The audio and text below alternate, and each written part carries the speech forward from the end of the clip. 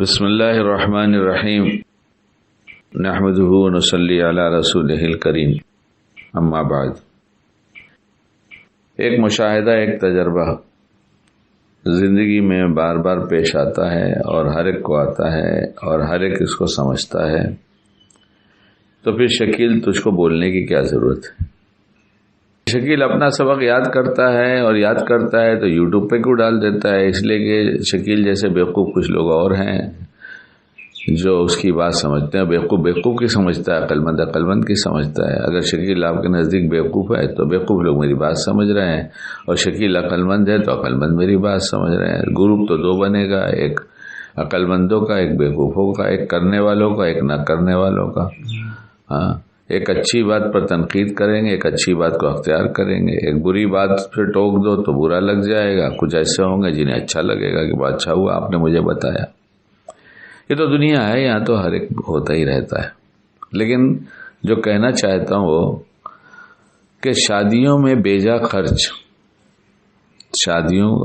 خرچ اور بڑے بڑے کھانے ولیمہ کے نام پر کہ ولیمہ سنت ہے، اور اس سنت کی ادائیگی میں اگر شریعت کا کوئی جاننے والا ایک ایک عمل اور ایک ایک نقل و حرکت کو بغور دیکھے اور نوٹ کر لے تو نہ جانے کتنے اس میں سے حرام نکالے گا، وہ نہ جانے کتنے حرام نکالے گا۔ مشکل یہ ہو گئی سنت یاد رہی اور سنت کی ادائیگی میں اگر حرام شامل ہو جائے تو اس کو چھوڑنا بھول گئے، کیونکہ اس کو حرام اس لیے نہیں سمجھ رہے ہیں کہ اس سے نام نمود کا وہ جو جذبہ ہے، ہم دکھائیں گے، ہم کھلائیں گے، ہم لوگوں کو بتائیں گے، اتنے آدمیوں کو بلائیں گے۔ ابھی اتنے بھی نہیں بلائیں گے تو پھر کچھ نہیں ہوتا، تو پھر یہی ہوتا ہے کہ ہم نے اتنی دفعہ ان کے ہاں کھایا ہے، فلاں کے کھایا، یہی تو موقع ہے، ابھی نہیں بلائیں گے تو کب بلائیں گے؟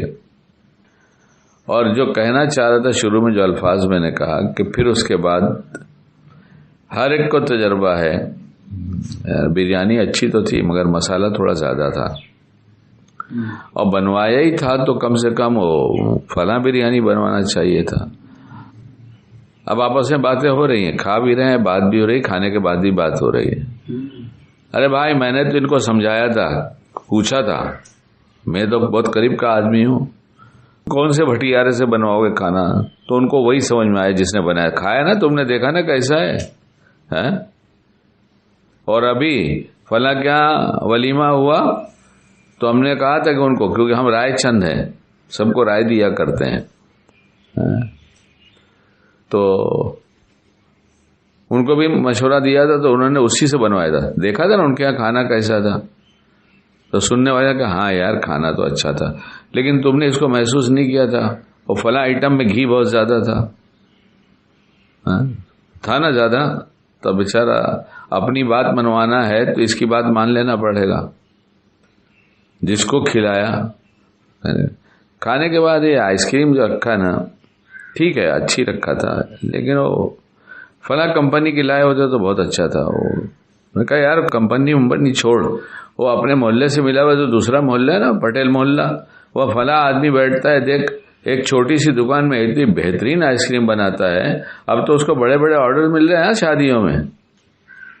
یہ ولیمے میں کیا چل رہا ہے؟ سب جس کو کھلا کر خوش کرنے کے لیے لائے تھے، ایک بھی خوش نہیں جا رہا ہے، سب کرٹیسائز کر رہے ہیں، سب تنقید کر رہے ہیں، سب خرابیاں نکال رہے ہیں۔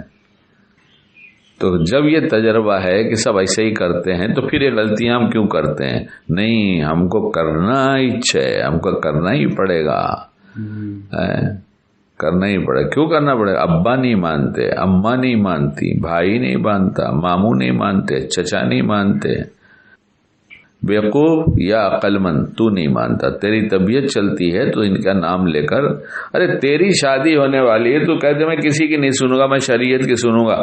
ہاں نا، مجھے کرنا ہے، تمہیں تھوڑا ہی کرنا ہے، سادگی سے ہوگا تو کروں گا تاکہ پرسکون زندگی گزرے، اور یہ رسم و رواج کے ساتھ میں کچھ نہیں کروں گا تاکہ بے چین زندگی سے بچ سکوں۔